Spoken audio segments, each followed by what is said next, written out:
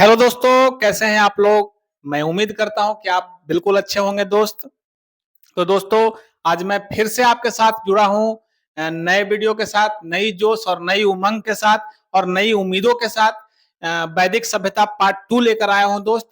हालांकि वैदिक सभ्यता पार्ट 1 पिछले वीडियो में हमने डाला था, आप लोगों ने देखा, ढेर सारा प्यार, ढेर सारा कमेंट और ढेर सारा लाइक आप लोगों ने किया। तो मैं दोस्त वैदिक सभ्यता पार्ट 2 लेकर आया हूं, जो परीक्षा के दृष्टिकोण से बहुत ही महत्वपूर्ण है। बहुत सारे एग्जामों में दोस्त यहाँ से क्वेश्चन डायरेक्ट पूछे जाते हैं, railway, SSC, bank, Bihar police. अभी बिहार में एक एग्जाम है 14 तारीख को, बिहार मद्य निषेध। उसमें भी ढेर सारा क्वेश्चन यहाँ से पूछा जाएगा। एक या दो क्वेश्चन हर एग्जाम में यहाँ से पूछा जाता है दोस्त। तो इसलिए मैं महत्वपूर्ण तथ्यों को आपके सामने रख रहा हूँ। आप लोग वीडियो के लास्ट तक बने रहेंगे और ध्यान पूर्वक आप सुनेंगे तो आपको डायरेक्ट क्लास में ही याद हो जाएगा। और सुनने के साथ दोस्तों, आप इसको स्क्रीनशॉट भी ले सकते हैं। मैं थोड़ा पीछे हो जाता हूं और शॉट लेकर आप उस अपने नोट्स में या कॉपी में नोट डाउन करें और बराबर रिवीजन करें, क्वेश्चन लगाएं, पीवाईक्यूज लगाएं, एमसीक्यू लगाएं। तब आपका दोस्त तैयारी का लेवल जो है जहां आप हैं वहां से और अच्छा हो जाएगा। तो चलिए मैं दोस्त शुरू करता हूं बारी बारी से वैदिक सभ्यता पार्ट 2 के बारे में। तो सबसे पहले देखते हैं वैदिक सभ्यता पार्ट 2 के बारे में आज हम क्या पढ़ेंगे। तो मेन फोकस आर्य पे रहेगा। आर्य क्या थे, कहां से आए थे, इनका विस्तार भारत में कहां कहां तक था, इन्हें जानकारी क्या क्या था, इनके राजनीतिक व्यवस्था के बारे में पढ़ेंगे, सामाजिक व्यवस्था के बारे में पढ़ेंगे। इस तरह तमाम चीजों के बारे में हम बारी बारी से जानकारी प्राप्त करेंगे दोस्त। तो आइए पढ़ते हैं आर्य। तो दोस्त, पिछले वीडियो में भी हमने बताया था कि वैदिक सभ्यता के संस्थापक कौन थे, वैदिक सभ्यता की जानकारी हमें कहां से मिलती है, इन सारे चीजों पे हमने बात किया था। तो आज हम करेंगे आर्य। अब दोस्त, यहाँ सबसे पहले निवास स्थान पे बात करेंगे। तो आर्यों का जो मूल निवास था, बहुत सारे इतिहासकारों में मतभेद है। कुछ इतिहासकार कहते हैं कि आर्कटिक क्षेत्र से आए थे, कुछ इतिहासकार कहते हैं कि भारत से ही थे वो। लेकिन एक जो ऑथेंटिक चीज है, जो सबसे प्रचलित चीज है, सब कोई मानता है उसे, तो एक है मैक्स मुलर नाम के इतिहासकार हैं। कौन इतिहासकार हैं दोस्त? Max Muller. वो बताते हैं कि आर्य जो थे मध्य एशिया के रहने वाले थे। कहां से आए थे? मध्य एशिया। आर्य का जो मूल निवास स्थान था कहां था? मध्य एशिया। अब ये जो मध्य एशिया है दोस्त, तो हमें कैसे समझ में आएगा कि मध्य एशिया वो कह रहे हैं वो सही है? तो इसके बारे में दो ऑथेंटिक चीज है। कौन कौन है? सबसे पहला है कि 1400 बीसी में मध्य एशिया में एक बोगज कोई नामक अभिलेख का खोज हुआ था, प्राप्ति हुआ था। तो उस अभिलेख में हमें 4 देवताओं के बारे में मिलता है। उन 4 देवताओं का नाम है इंद्र, वरुण, नासत्य और मित्र। कौन कौन सा दोस्त? देवताओं का नाम आप याद रखेंगे, एक बार फिर से मैं बोल देता हूं। इंद्र, वरुण, नासत्य और मित्र। अब इन 4 देवताओं का जो उल्लेख है बोगज कोई नामक अभिलेख में, हालांकि 1400 बीसी में मैंने बताया कि 1400 बीसी में उसका खोज हुआ था। तो वो जो देवता बोगज कोई नामक अभिलेख से प्राप्त हुआ है मध्य एशिया में, वही देवताओं का उल्लेख है ऋग्वैदिक काल में भारत में। तो इसलिए हमें समझ में आता है कि आर्य जो थे मध्य एशिया से थे, क्योंकि वहां भी वो देवता का उल्लेख है और भारत में भी उल्लेख है। तो यहाँ भी ऋग्वैदिक काल में मूल रूप से आर्य के बारे में पढ़ना है। वैदिक सभ्यता के संस्थापक भी इन्हीं को माना जाता है, इसलिए हमें लगता है कि वो मध्य एशिया से आए थे, ऐसा माना जाता है। दूसरा ऑथेंटिक चीज है कि यहाँ के जो कंकाल हैं, भारत के कंकाल और मध्य एशिया वाले कंकाल, दोनों को अध्ययन किया गया है। तो दोनों का लगभग लगभग समान माना गया है। तो हम लोग समझते हैं कि आर्य जो थे मध्य एशिया के रहने वाले थे, इसलिए सबसे ज्यादा प्रमाणित यही है कि आर्य का मूल निवास स्थान कहां था? मध्य एशिया। आगे हम लोग पढ़ते हैं कि इनका भारत में विस्तार कहां कहां था। तो मध्य एशिया से होते हुए सबसे पहले ये अफगानिस्तान के रास्ते पाकिस्तान होते हुए पंजाब आए। उसके बाद हरियाणा, दिल्ली, यूपी, बिहार, इस तरह से इन क्षेत्रों में आर्य फैल गए, इनका विस्तार हो गया। विस्तार मतलब होता है कहां तक वो फैले हुए थे भारत में। अब आगे पढ़ेंगे दोस्त। सबसे इंपॉर्टेंट चीज है कि इन्हें जानकारी क्या क्या था। भारत में जब आ गए तो इन्हें जानकारी क्या क्या था। तो इन्हें 2 पर्वतमालाओं के बारे में जानकारी था। भारत में दो पर्वतमालाओं के बारे में जानकारी था। आपसे क्वेश्चन पूछेगा डायरेक्ट रूप में कि भारत में आर्यों को किन किन पर्वतमालाओं के बारे में जानकारी थी, तो आप बता सकते हैं हिमालय पर्वतमाला और अरावली पर्वतमाला। दो पर्वतमालाओं के बारे में जानकारी था, कौन कौन, हिमालय और अरावली। अब हिमालय का दो प्रमुख शिखर है, कौन कौन है, तो एक है हिमवंत और मुजवंत, इसके बारे में भी उनको जानकारी था। हिमालय का दो शिखर है, एक हिमवंत है और दूसरा मुजवंत। तो ये दोनों शिखरों के बारे में भी आर्य जानते थे। तो हमने पढ़ा कि दो पर्वतमालाओं के बारे में आर्य को जानकारी था, एक हिमालय और दूसरा अरावली। और हिमालय में भी दो शिखर, पर्वत शिखर था हिमालय का, एक हिमवंत और दूसरा मुजवंत, इसके बारे में भी आर्य जानते थे। और क्या जानते थे, तो इन्हें सप्त सैंधव प्रदेश के बारे में जानकारी थी। सप्त सैंधव प्रदेश, अब आइए हम जानते हैं कि ये जो सप्त सैंधव प्रदेश है ये क्या होता है। तो सप्त सैंधव प्रदेश मतलब होता है कि 7 नदियों द्वारा सिंचित भूमि।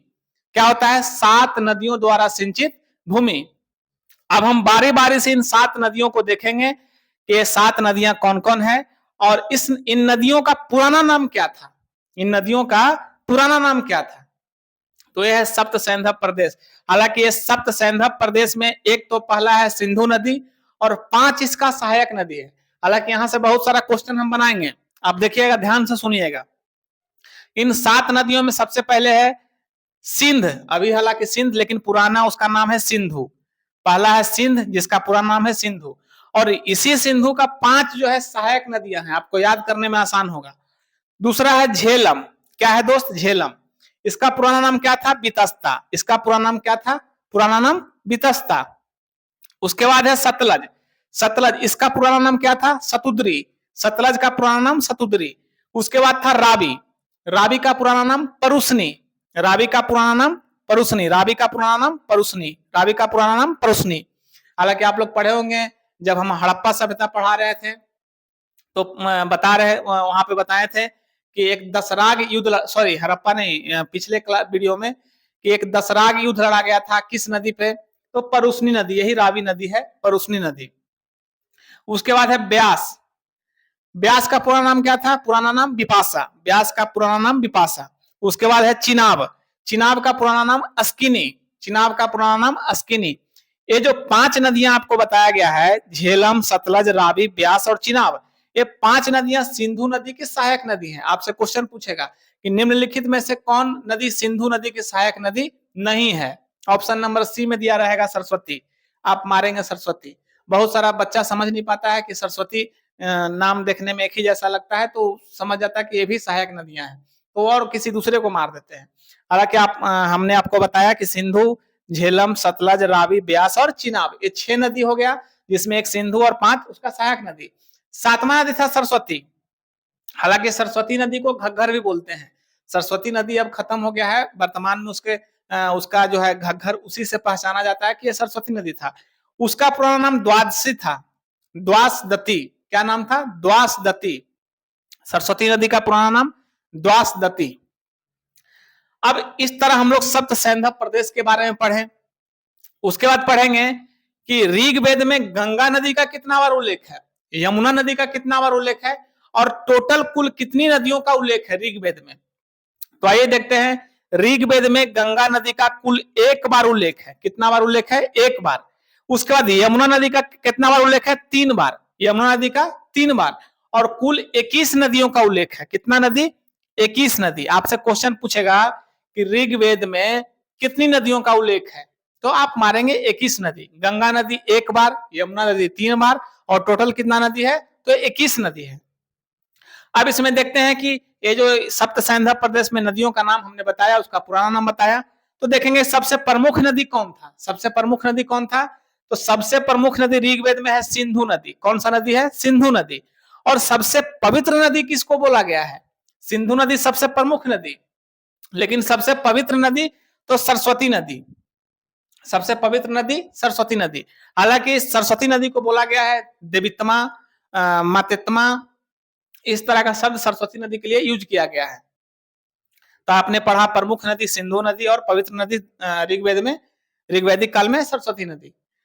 अब आगे हम लोग पढ़ेंगे राजनीतिक व्यवस्था के बारे में। ऋग्वैदिक काल में या वैदिक सभ्यता के राजनीतिक व्यवस्था के बारे में। हालांकि ये जो राजनीतिक व्यवस्था हम लोग पढ़ रहे हैं, ये प्रारंभिक 200 वर्षों तक, मतलब जब से ऋग्वैदिक काल स्टार्ट हुआ या वैदिक सभ्यता स्टार्ट हुआ, तो उससे हम लोग 200 वर्षों तक पढ़ते हैं। उसके बाद में इसका राजनीतिक व्यवस्था बदल जाएगा, तो उसको हम लोग आगे पढ़ेंगे। तो आइए हम लोग पढ़ते हैं प्रारंभिक 200 वर्षों का राजनीतिक व्यवस्था कि वहां का राजनीतिक व्यवस्था कैसा था। तो इसमें दोस्त जो देश था वो पांच इकाइयों में बटा हुआ था। पहला सबसे बड़ा होता था राष्ट्र आप लोग देख रहे होंगे यहाँ। तो राष्ट्र के मुखिया को हम लोग बोलते थे राजन। राष्ट्र के मुखिया को क्या बोलते थे? राजन। राष्ट्र के मुखिया को हम लोग क्या बोलते थे? राजन। उसके बाद राष्ट्र के नीचे होता था जन। राष्ट्र के नीचे जन, जिसके मुखिया का नाम था जनपति। राष्ट्र के बाद जन, हालांकि राष्ट्र का मुखिया राजन, जन का मुखिया जनपति। जन के बाद होता था दोस्त विस।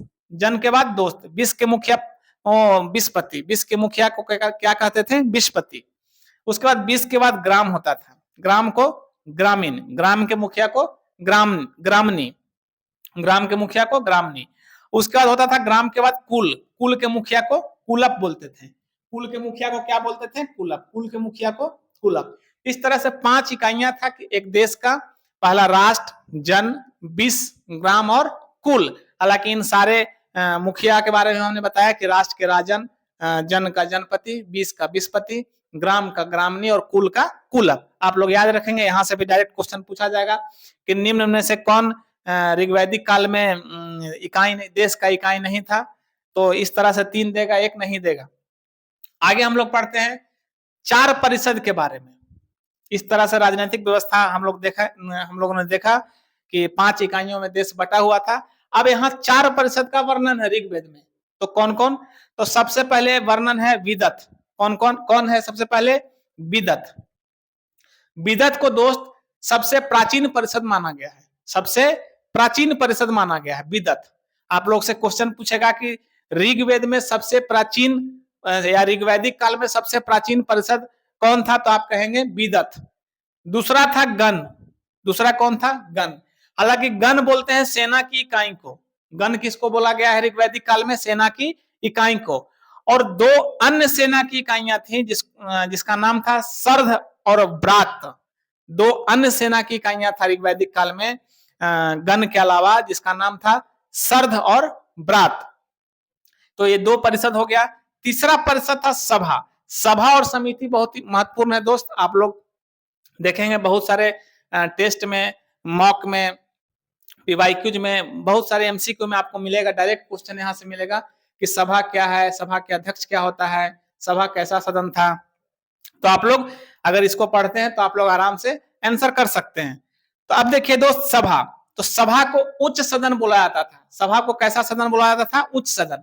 हालांकि जैसे अभी हम लोग बोलते हैं राज्यसभा, लोकसभा, तो उसी तरह से जो सभा था उस टाइम अभी के मुताबिक वो राज्यसभा था। क्या था? राज्यसभा। जैसे हमारे यहाँ पॉलिटी में हम लोग पढ़ेंगे कि राज्यसभा, लोकसभा। राज्यसभा उच्च सदन है, वृद्ध व्यक्तियों का सदन है, ज्यादा पढ़े लिखे लोग वहां रहते हैं, विद्वान व्यक्ति रहते हैं।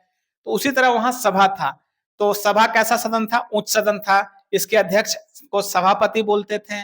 विद्वान एवं वृद्धों की परिषद थी और गंभीर विषयों पर चर्चा होता था, जैसे अपने राज्यसभा में होता है उसी तरह से सभा में होता था। अब पढ़ते हैं समिति। एक और परिषद था, कौन? समिति।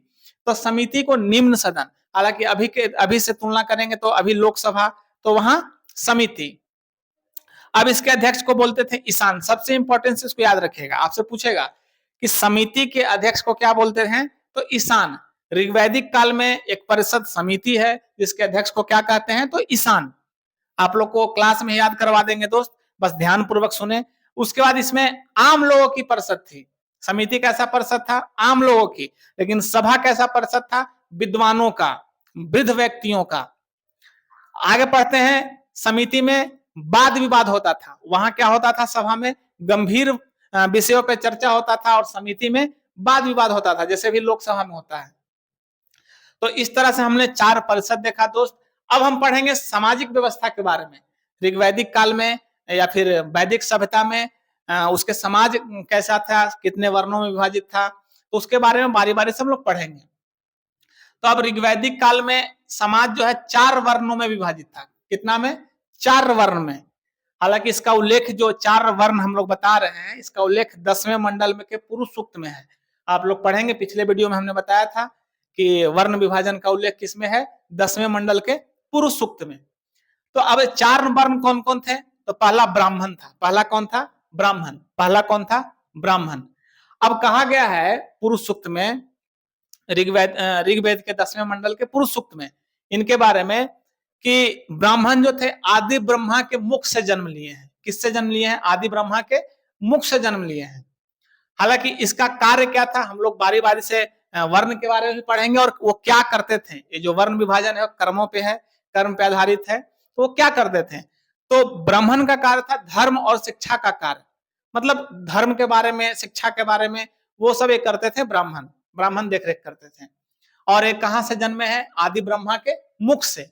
उसके बाद आता है क्षत्रिय। क्षत्रिय, तो क्षत्रियो को कहा गया है पुरुष सूक्त में कि आदि ब्रह्मा के भुजाओं से जन्मे हैं। कहां से जन्मे हैं, आदि ब्रह्मा के भुजाओं से। और इनका कार्य था युद्ध एवं प्रशासन की देखरेख करना, युद्ध एवं प्रशासन की देखरेख करना। आगे है वैश्य। वैश्य के बारे में कहा गया है पुरुष सूक्त में कि ये जो है आदि ब्रह्मा के जंघा से जन्म लिए हैं। कहां से जन्म लिए हैं, जंघा से। और इनका काम था व्यापार और कृषि का काम करते थे, व्यापार और कृषि करना। उसके बाद अंत में आता है दोस्त शूद्र। इनके बारे में कहा गया है पुरुष सूक्त में, ऋग्वेद के 10वें मंडल के पुरुष सूक्त में कि ये आदि ब्रह्मा के पैरों से जन्म लिए हैं। आदि ब्रह्मा के पैरों से जन्म लिए हैं। और ये जो थे मजदूर वर्ग थे, श्रमिक वर्ग थे, ये सब शूद्र के श्रेणी में आते थे, ऐसा कहा गया है पुरुष सूक्त में। तो दोस्तों इस तरह से हमने वैदिक सभ्यता का पार्ट 2 देखा। और भी जो कुछ इसमें बचा हुआ रहेगा दोस्त, मैं अगले वीडियो में लेकर आऊंगा। आप लोग बस इसको अच्छे से अगर गंभीरता पूर्वक सुने होंगे, समझे होंगे, तो बहुत ही एग्जाम की दृष्टि से बहुत ही महत्वपूर्ण है। अगर समझ में नहीं आए, आपको लगता है कि हाँ कोई और टॉपिक ज्यादा महत्वपूर्ण है, तो उसे आप कमेंट में करें, मैं उस पर वीडियो जरूर लेकर आऊंगा। दोस्त मैं कोशिश करूंगा कि आपको जितना हमसे मदद मिले, मैं उतना कोशिश करूंगा कि मदद करूं, ताकि आप भी एक दिन सफल हो जाएं और आप भी इसी तरह दूसरे को भी आपके अंदर जो ज्ञान है उसको बांटें। ज्ञान बांटने से कमता नहीं है दोस्त, जहां तक बढ़ेगा और दूसरे को मदद भी मिलेगा। तो मिलते हैं दोस्त नेक्स्ट वीडियो में, तब तक लिए बहुत बहुत धन्यवाद। जय हिंद।